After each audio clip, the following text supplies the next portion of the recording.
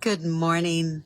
Welcome to Tea, Coffee, and Torah, episode 23. I'm glad that you're here with me this morning. I don't know how your fall is going. It is gorgeous. The leaves are just beginning to turn. We're getting some bright reds and yellows. And so if you're going to make your trip, to go see some change of fall colors, now is the time to begin to think about it because it is absolutely gorgeous. I wanted to share with you some ideas regarding Israel's cultic stance, and how it differed and how it was similar to other nations. In the past 50 years, Israel's religion, and I'm going to say this is the ritual side of what is in the divine law, what is in the law of Moses or the written Torah, has really come under fire because of what is perceived to be similarities with other nations. And so far we've discussed some of those similarities. We've seen where Deuteronomy 30 really confronts the ideas of Gilgamesh.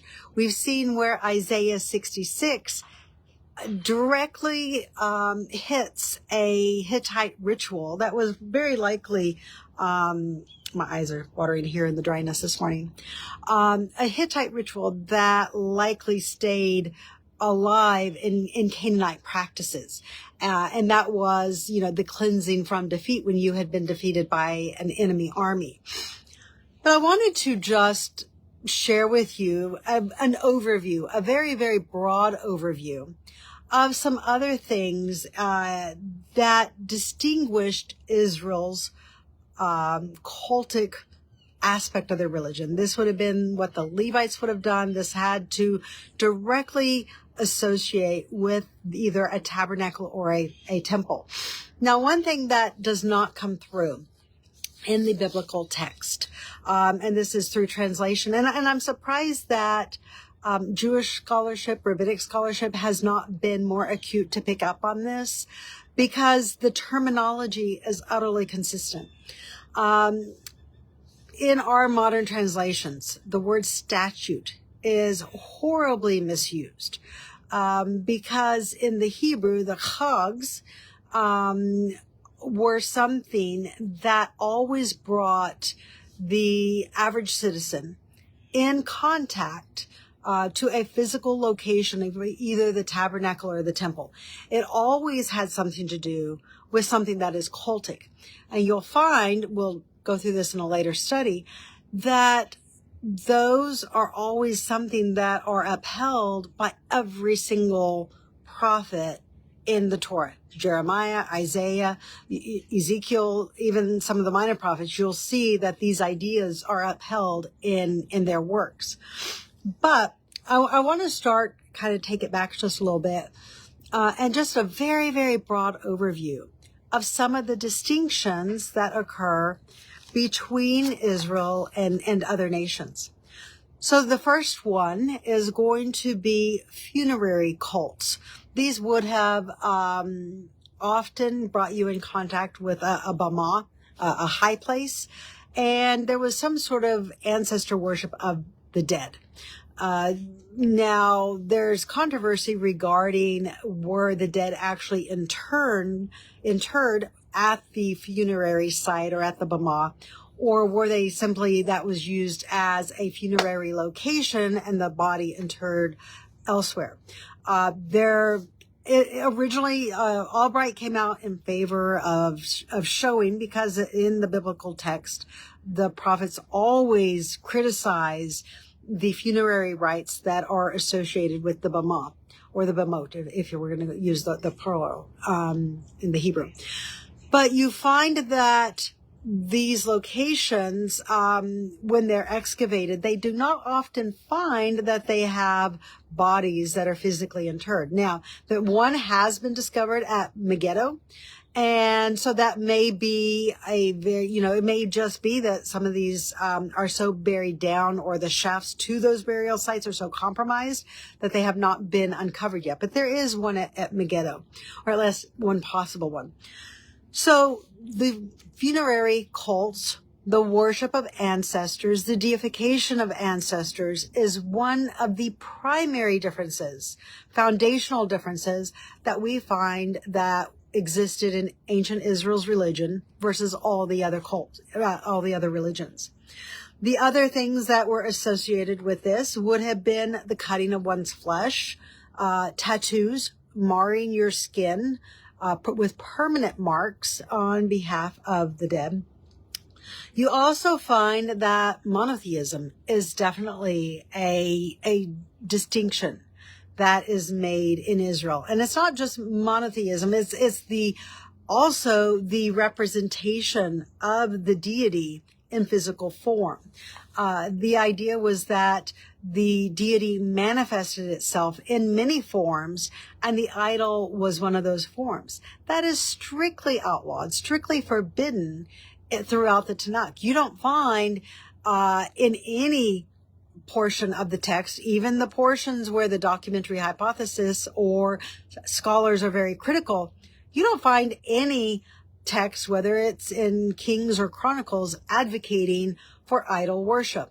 You also do not find anything in the text advocating for funerary cults or funerary practices. The other thing that you find, and this is actually, I'm going to back it up again. Let me go to the Sabbath. Other ancient nations did have ideas of holy days or sanctified days, but nowhere do we find the idea of a Sabbath where you were supposed to rest and where that Sabbath is really a day off for the people. In Babylon, we find that you had days, but they were more of bad omen days. They were days of superstition. So nowhere in the ancient Near East you find that, hey, this is a Sabbath where we're going to have an intermission, and it's going to be for the people to take a day off of work. It's going to be a holiday. That is really revolutionary to Israel. The other idea that is revolutionary to Israel is this Bill of Rights that exists in the written Torah for slaves and even for bond slaves. Nowhere are slaves afforded any rights, but yet in the Torah, they are afforded rights where if the owner of that slave harms them in any way, that slave is allowed to go free. So the Torah was the very first document to establish some sort of human rights for a very, very oppressed class. Another oppressed class were immigrants. People who may have come to a better nation seeking asylum. The Torah is revolutionary in that it affords the same rights to immigrants who are in your land wanting to assimilate, and that's key, wanting to assimilate into your society. It affords them the same rights under the law as native citizens. That's another revolutionary concept. The other concept that we have that is very revolutionary in the Torah is this idea that you do not need direct an intermediary in order to access the deity. Of course, in this case, it's Yahweh or Jehovah, whatever term you use for the divine name.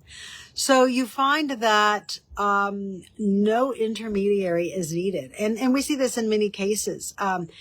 Samuel's mother, Hannah, when she comes into the temple, she's able to pray directly to Yahweh. Yahweh hears her prayer and grants her wish. Same thing with King David. There's direct access. Same thing with Hezekiah. When Hezekiah is sick, he's able to pray and access God. And there is no intermediary that is needed. So the priests in Israel never formed this society where you had to go through a priest to access God. The priests served a different function. They were more of a function of state, a function of government. They never came between the petitioner and Yahweh. The other thing that distinguished Israel's priesthood was divination rituals, where you had to bring all these ingredients to the priest, and the priest had to perform these complicated rituals to find out why you were suffering, or why maybe a relative died, or why there was sickness, or why calamities were coming upon you. Israel actually had a predetermined and a list of things that you would have done that would have affected, I'm going to say karma in your life. And sometimes it was your family's life if that sin went beyond the family. And that is found in Leviticus 26 and Deuteronomy 28 through 30. You find very specific things that the person in society would have done that would have occasioned Yahweh's wrath.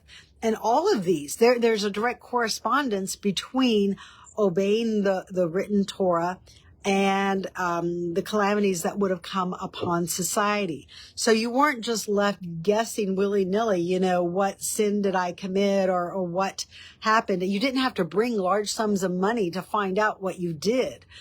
Rather, you just had to return to that Torah. Or yes, sometimes you would go to the priest for a better understanding, but it was the priest's job to give you the understanding of the Torah, and what actions or what you may have done, how you robbed the poor, how you took advantage of others. And that was what would have occasioned your suffering or the calamity in your life. The other thing that we find, now I do want to mention this. I'm not going to get into it today, because the study on my part is going to require a little bit longer, and I want to be very thorough with this.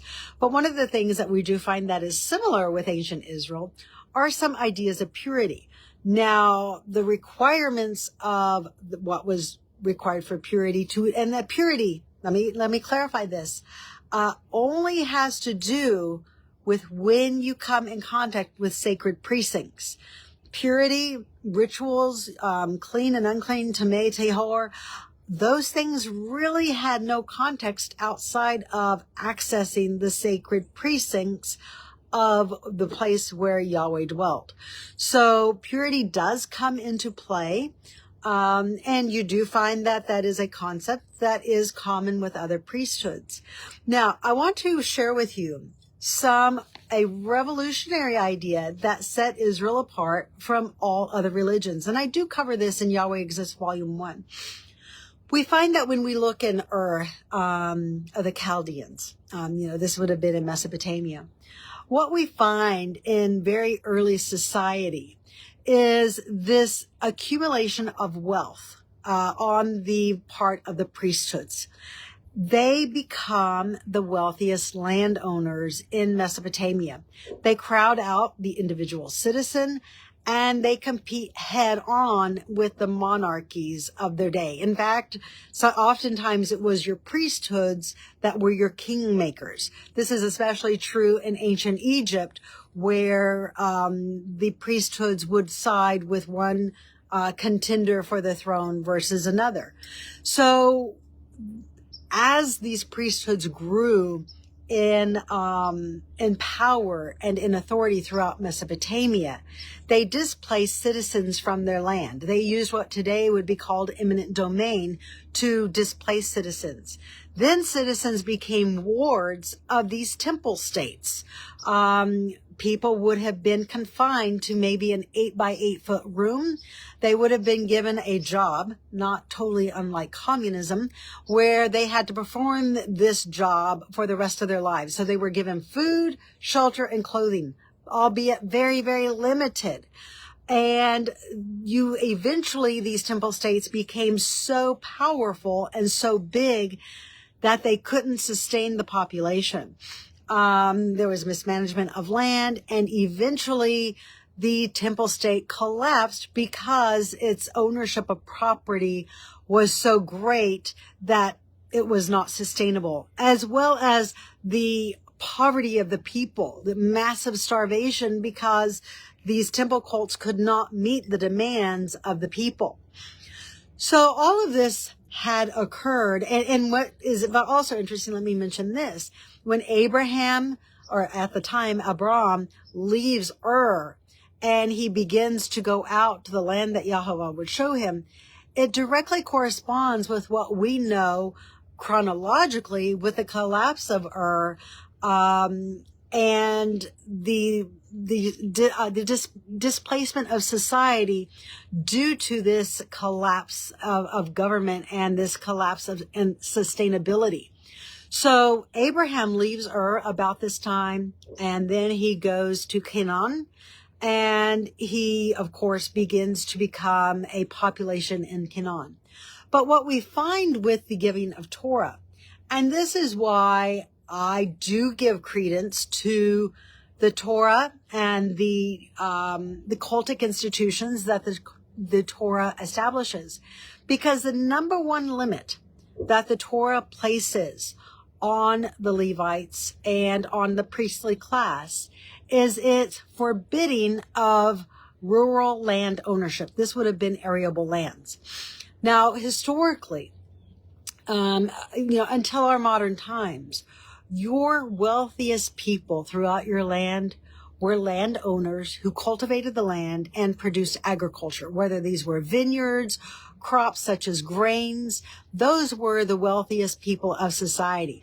You can look at Greece, you can look at Egypt, you can look anywhere throughout the ancient world. Those who had vast arable lands and estates that produced food crops, those were your wealthiest people.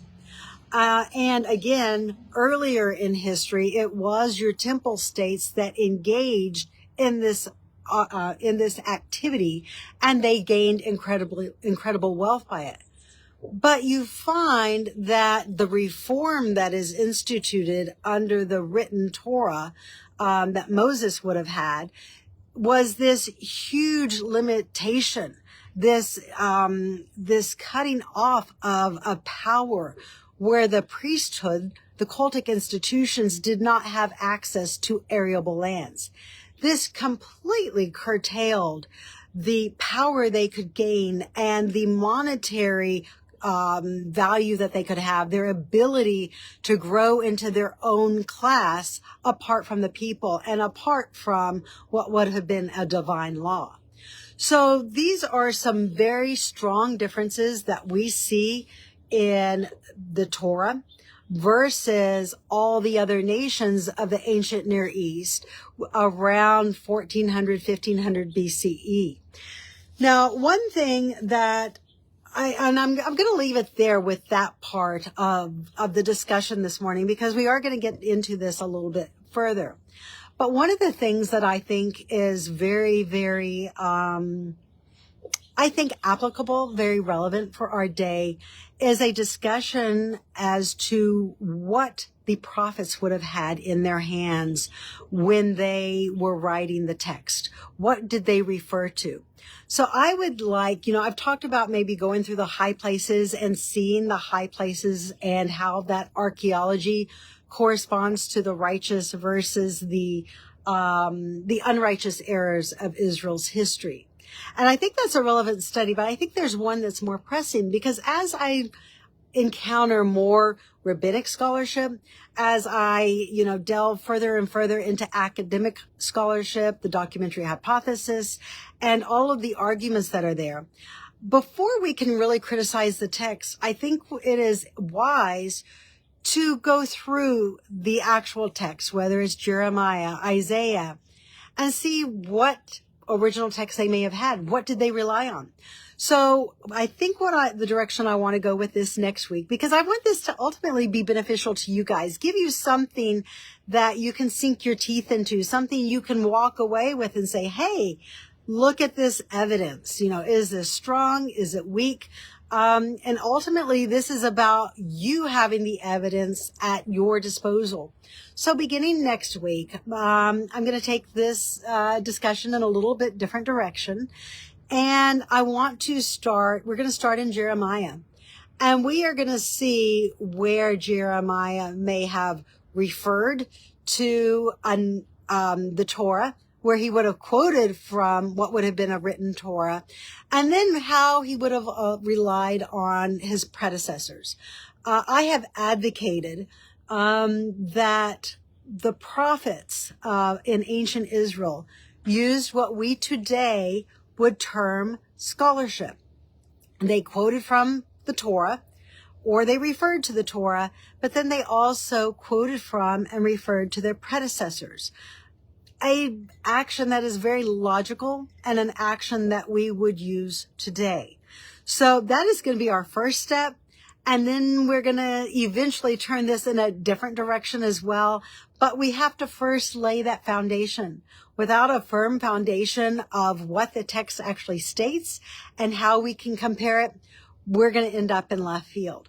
So along with this, every week, I don't know that I'll have it every Sunday, but at least before that daily teaching or the daily discussion of tea, coffee, and Torah, I am going to upload documents for you to refer to so that you have an understanding of what I am talking about when we join here together. And then I hope it will allow you to make some comments below to be able to interact. And I would like to learn from you. If you have insights, maybe there's something I've missed. Maybe you disagree with what I am understanding or with what I am seeing. Please post it below so that way we can learn together and we can grow. Because, you know, the ultimate in this, at least my goal and my hope of this is truth. Something that is unbiased, something that I believe that if we find truth, if we go with the evidence, that it has potential for incredible unity and something where we can really grow together. So thank you so much for joining me this morning. Next week, we are going to begin in Jeremiah. And, you know, this is something that I will do, give you a little teaser, a little giveaway. You know, throughout, scholars are really big on this and saying that, you know, Jeremiah quotes predominantly from Deuteronomy, which he does. But I'm going to also show you where Jeremiah actually directly quotes from Leviticus. So this is going to be interesting. I hope it's going to be a source of growth for all of us. And I look forward to talking with you next week. Thank you so much for joining me and enjoy a good cup of tea this morning. Shalom.